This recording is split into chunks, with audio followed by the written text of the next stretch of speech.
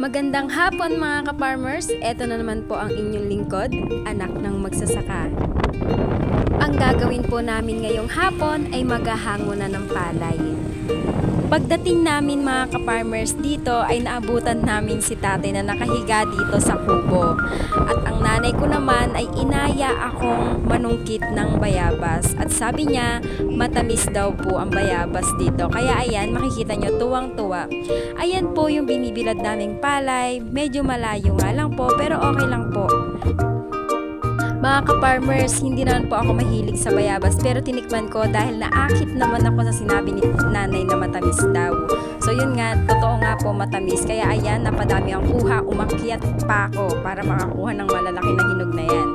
Ayan, kain lang ng kain si nanay, kukuha pa yan. Ganyan po yung ginagawa niya nung mga nag-aantay kami ng pagbangon ni tatay. Kaya ayan po, nagsimula na rin po kaming maghango ng palay dahil dito po sa gawin namin ay kumukulimlim, baka maabutan ng ulan.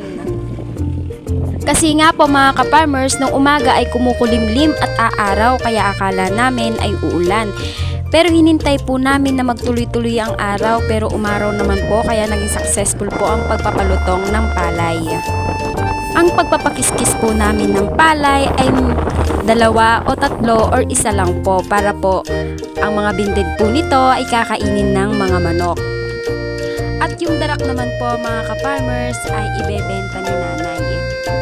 Dito nga po pala mga ka-farmers ay sobrang lakas ng hangin. Kaya makikita nyo po ay umahapay-hapay po ang aming mga damit, mga sambra at balanggot.